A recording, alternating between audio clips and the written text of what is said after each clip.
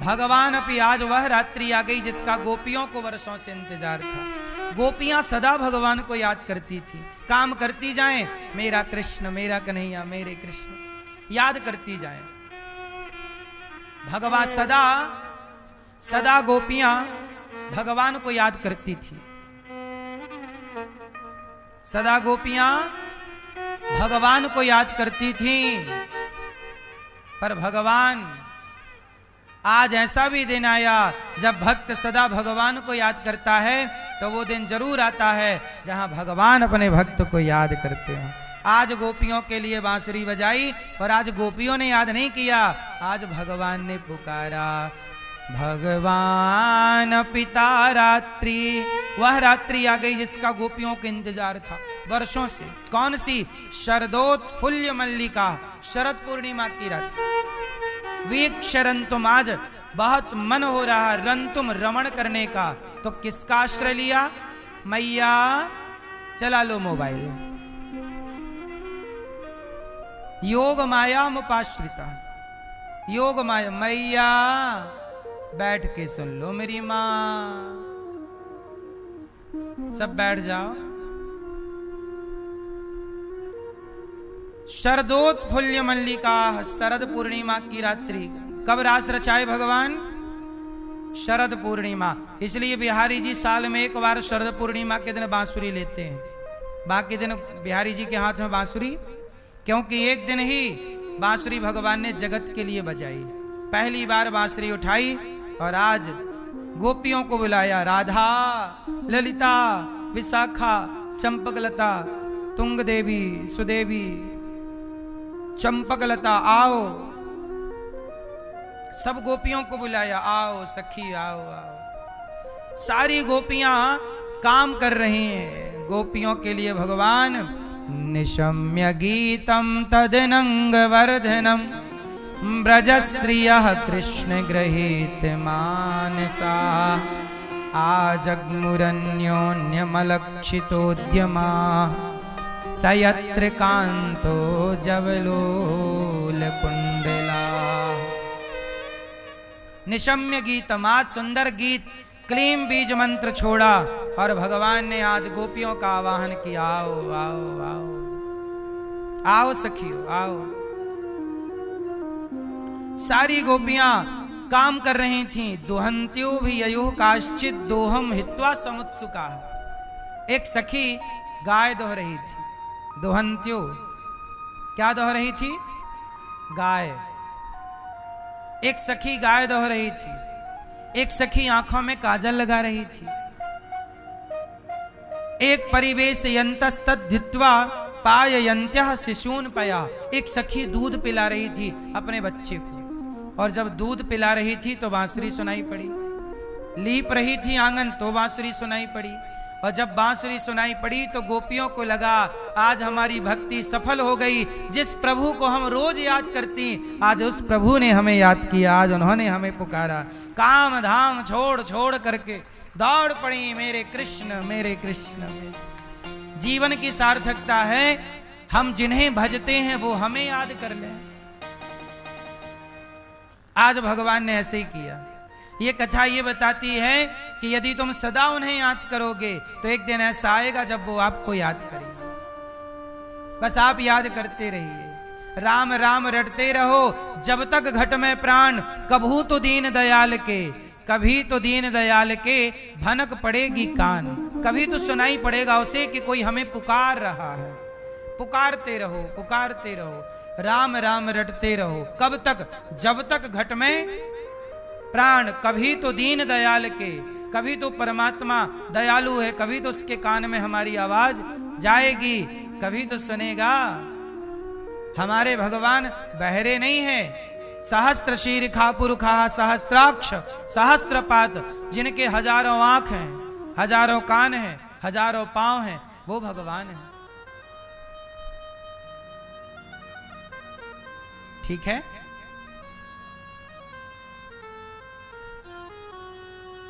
इसलिए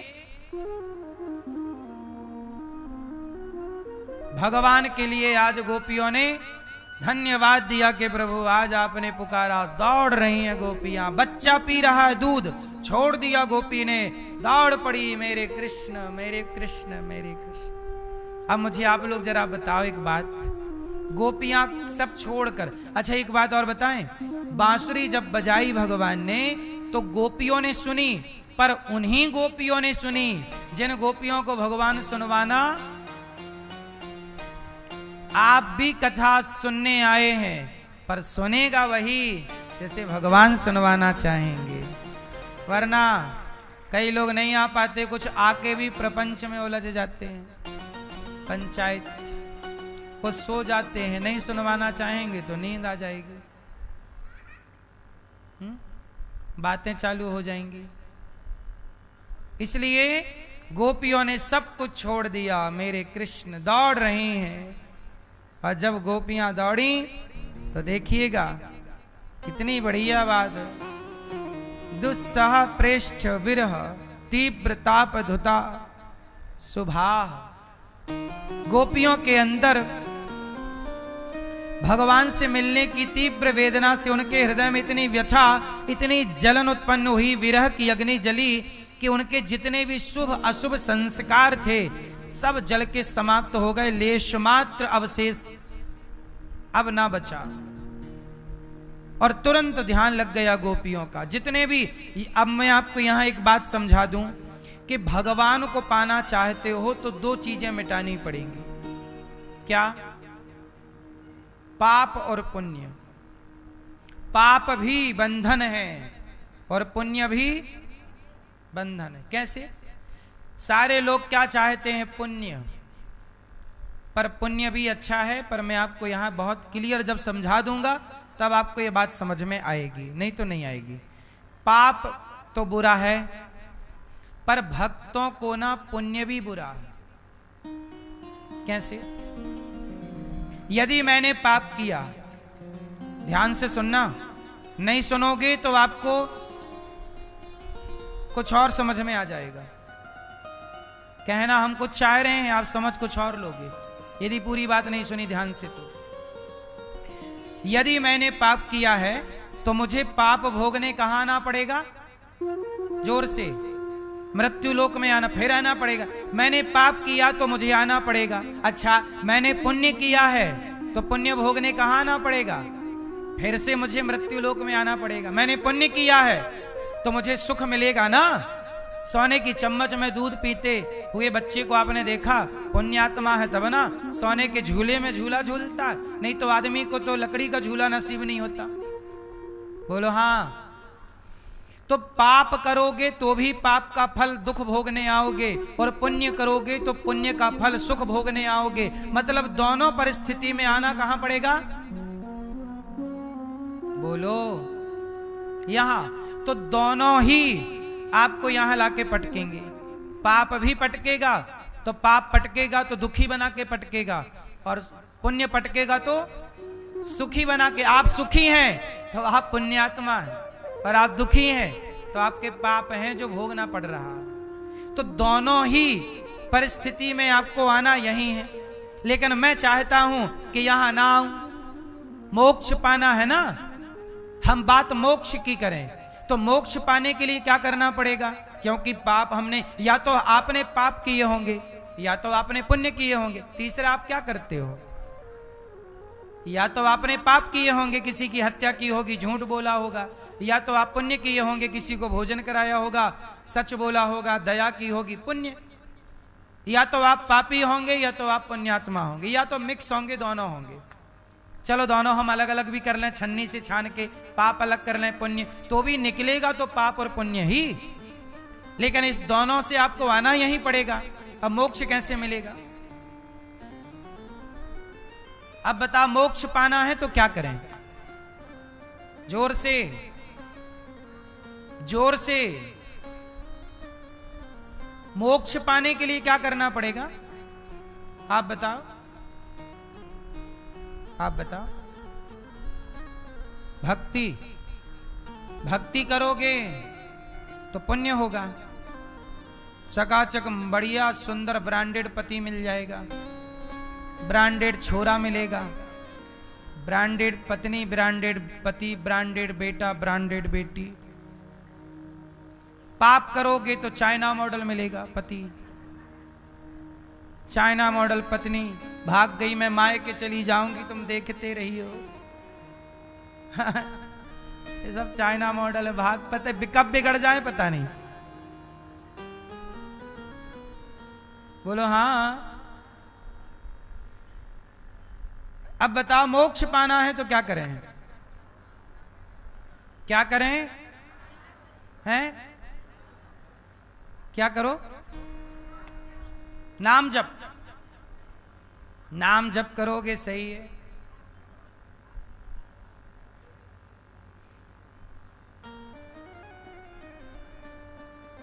भटक रहे हो, बहुत ध्यान से सुनना इन बातों को। ये बार बार बातें बोली भी नहीं जाती, प्रसंग वसम बोल देते हैं कभी कभी। कबीरदास जी कहते हैं, चलती चक्की देख कर दिया कबीरा, दो पाटन के बीच में साबुत बचाना। ये चलती चक्की पाप और पुण्य की चक्की है, जीवन और मृत्यु की चक्की है, सबको पीस रही है। दो पाटन के बीच में जन्म मृत्यु सबकी हो रही है। आपका जन्म हुआ फिर मर गए, जन्म हुआ फिर मर गए, जन्म हुआ फिर मर गए, जन्म हुआ, यही चल रहा। करोड़ों बार से आपका यही चल रहा। चलती चक्की देख कर कबीर जी रो रहे हैं, दिया कबीरा रोए, कोई साबुत नहीं है, सब पिस रहे। तब कबीरदास जी का एक धर्म का बेटा है कमाल। कबीरदास जी का कौन बेटा है? कमाल। नाम कमाल है, धर्म का बेटा है। धर्म का बेटा बोला, कमाल पिताजी चलती चक्की चलने दे, पिस पिस आटा होए पर कीले माही जो रहे। चक्की में कील होती है बीच में, वो कील में यदि दाना घुस जाए तो कितनी भी चक्की चले वो दाना नहीं पिसता। जो एक भगवान की श्री हरि की शरण में चला गया वो मोक्ष पाएगा। वो पाप पुण्य सब नष्ट, गोपियां भगवान की शरण में आई, सब छोड़ करके उनके सारे पाप पुण्य नष्ट हो गए और वो मोक्ष की अधिकारी हो गए। मोक्ष पाने वाले को अपने पाप तो नष्ट करने ही पड़ेंगे, पर अपने पुण्य से भी उसको छुटकारा पाना पड़ेगा। जो पुण्य मैंने किए हैं, याद रखिएगा, यदि मैं भगवान की शरण में चला गया, शरणागत ग्रहण कर ली, विभीषण की तरह शरणागति, सब शरण में गया तो मेरे पाप तो हो जाएंगे नष्ट। सन्मुख हो ही जीव मोहि जबहि, जन्म कोटि अगनासहि तबहि, पाप हो जाएंगे नष्ट। पर जो मैंने पुण्य किए हैं, पुण्य जो हैं मेरे बेटा बेटी में, मेरे परिवार में भगवान बांट देंगे और मुझे पुण्य से भी मुक्त करके मोक्ष का अधिकारी बना देंगे। आप जो पुण्य करते हो, यदि आपका मोक्ष जिस दिन होगा तो आपके सारे पुण्य आपके बेटा बेटियों में बांट दिया जाएगा और पाप कर दिया जाएगा नष्ट। पाप बच्चों में नहीं बांटा जाता, पर पुण्य बच्चों में बांटा जाता। ये केवल उनके लिए सुविधा है जो मोक्ष के अधिकारी बनने वाले हैं, क्योंकि मोक्ष का अधिकारी जो बनेगा वो ऑलरेडी पुण्यात्मा होगा, पापी तो हो नहीं सकता। समझो ना, जो पुण्यात्मा होगा वही ना मोक्ष का अधिकारी। और मोक्ष का अधिकारी है तो आपके पुण्य बहुत होंगे, तो वो बहुत पुण्य कहाँ जाए। इसलिए कहते हैं कि माँ बाप के पुण्य से बच्चों का यश कीर्ति बढ़ती है। माँ बाप जितने पुण्यात्मा होते हैं बच्चों को उतना सुख मिलता है, और माँ बाप जितने पापी होते हैं उनका फल बच्चों को भोगना पड़ता है। इसलिए कहावत कहते हैं कि बाढ़े पूत पिता के धर्मा, माँ बाप के धर्म कर्म से पुत्र की वृद्धि होती है। यदि पुत्र बहुत मेहनत करने के बाद भी सफल नहीं हो पा रहा है तो यह माँ बाप के पाप का कारण है। इसलिए माँ बाप के पुण्य से, जैसे माँ बाप का माँ का खाया हुआ अन्न बच्चे के पेट में चला जाता है गर्भवती स्त्री, जैसे माँ का खाया अन्न बच्चे के पेट में रस के रूप में जाता है, ऐसे माँ बाप के द्वारा किया गया पुण्य बच्चे को आगे ले जाने में सहायक होता है।